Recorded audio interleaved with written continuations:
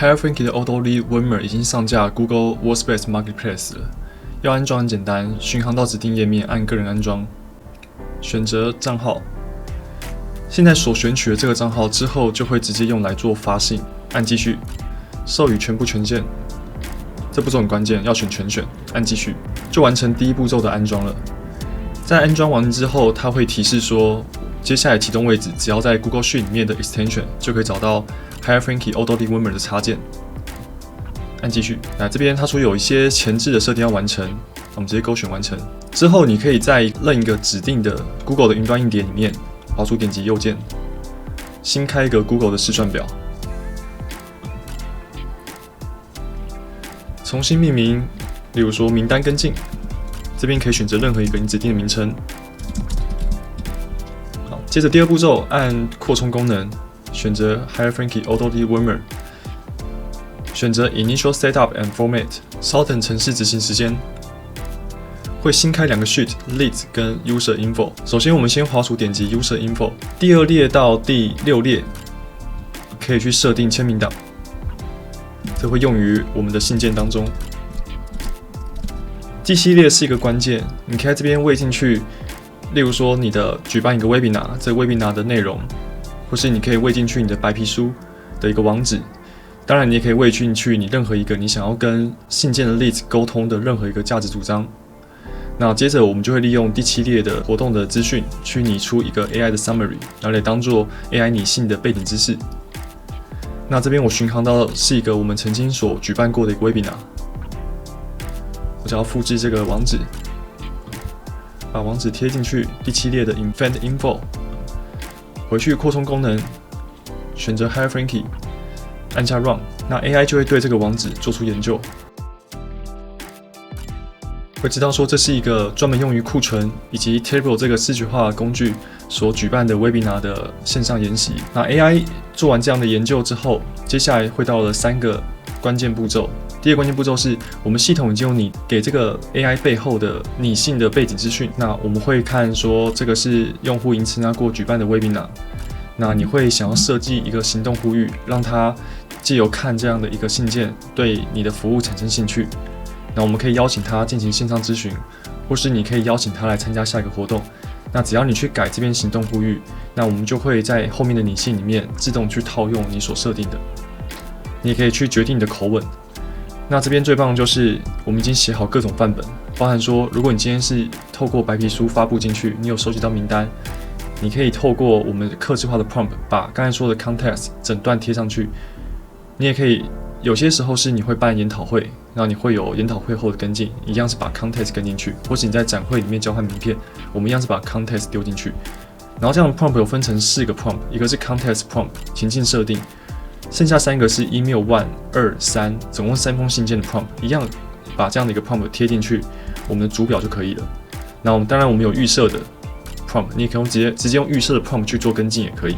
把活动的资讯贴进去，以及去设定个人化的 prompt 之后，就可以来到我们Leads的页面。Leads页面前面的 A 到 E 栏是我们要输入进去这个活动参与名单它的个人的资讯。那里面部门这项它不是必填，其他是必填，所以你要填入的资讯包含他的 email， 然后他的姓名、他的公司的名称或是一段 URL， 以及这个位人他的一个职位。那我们这边已经有一个范例的档案了。我直接把这个档案批次的去喂进去，喂进去之后，我们就按下扩充功能 HireFrankie Auto Lead Winmer， 按下 Run， 按下 Run 之后，我们就会对这个参与者名单、他的公司、他的部门，那如果部门有的话，他的职位去做出各种研究，去研究说我们可以跟他的沟通策略，以及去研究他来参加这个活动的一个主要的目的，想要解决他什么样的痛点。综合以上，我们就会在 List Profile 里面去列出我们各种研究成果。可以看到，目前包含说这间公司它的规模、它的业务特色、它近期发生的动态、近期的产业新闻，以及我们会知道说它可能存在的职权与挑战，以及它参与这个活动的动机，我们跟它的沟通策略。沟通策略总共会拟出3封信件，用不同切角做切入，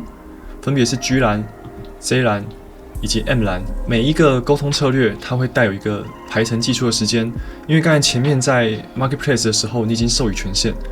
所以当今天我们的所有的信件拟好之后，如果没有问题要修改的话，我们就会在这个指定的时间前后1个小时之内把信件批次寄出去。我们用这个 Google Sheet 的好处就是，你对于所有的内容你都可以做客制化修改，而且直接在表格栏位做修改就可以了。这边有个关键是说，我们只有在第一封信件寄出去之后，才会去拟第二封信件的内容。如果这个时候我们这位寄信的收件者他有去回信的话，那我们就不会去寄出第2封或者第3封信件。那我们看一下第一封信件的内容，分别为主旨以及内文。主旨是给谁，我们会客制化带入使用者的名称、他的姓名以及他的职位。他的职位我们会在副理级以下的时候才会去加入他的职位。给谁的什么建议？嗨，谁？很高兴跟你联络。首先，在第一段我们会直指前面研究的时候，我们所发现他可能潜在的痛点。这样的痛点会带出去他为什么要来下载我们的白皮书，为什么要参加我们的活动。OK， 所以我们给他的解决方案是什么？这里面最棒的就是我们知道他的潜在的可能的痛点，我们知道他可能的给予他的一个解决方案之后，我们想要邀请他来一个线上的会议。那线上会议其实就是在 User Info 里面我们 Context 所填入的行动呼吁了。好，如果确定这个信件没有问题的话，其他几封信件都是用一样的逻辑所撰写出来的。时间一到，我们就会把这封信件寄出去。如果你想要去手动的去触发信件的排程的话，你只要点选你想要寄出去的信件，这边有一个 P 栏有个 Send Now， 点选完之后去扩充功能 Hierarchy Auto-Lead Warmer 这边选择 Send Now，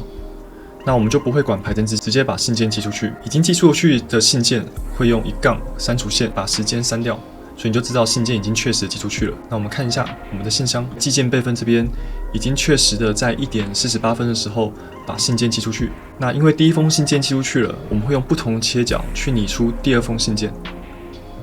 然后一样会在排程时间到的时候把信件寄出去。然后像我刚才开一封信件，你可以在后面看到我们有统计3个数据。首先是你这个信箱它是否正确，以及它是否开启信件，它是否回信件。我们要知道数据，只要点扩充功能，然后这边有个 Check Opens and Replies， 点下去之后，我们就会抓取它相关的数据。OK， 那我第一封信件我开过了，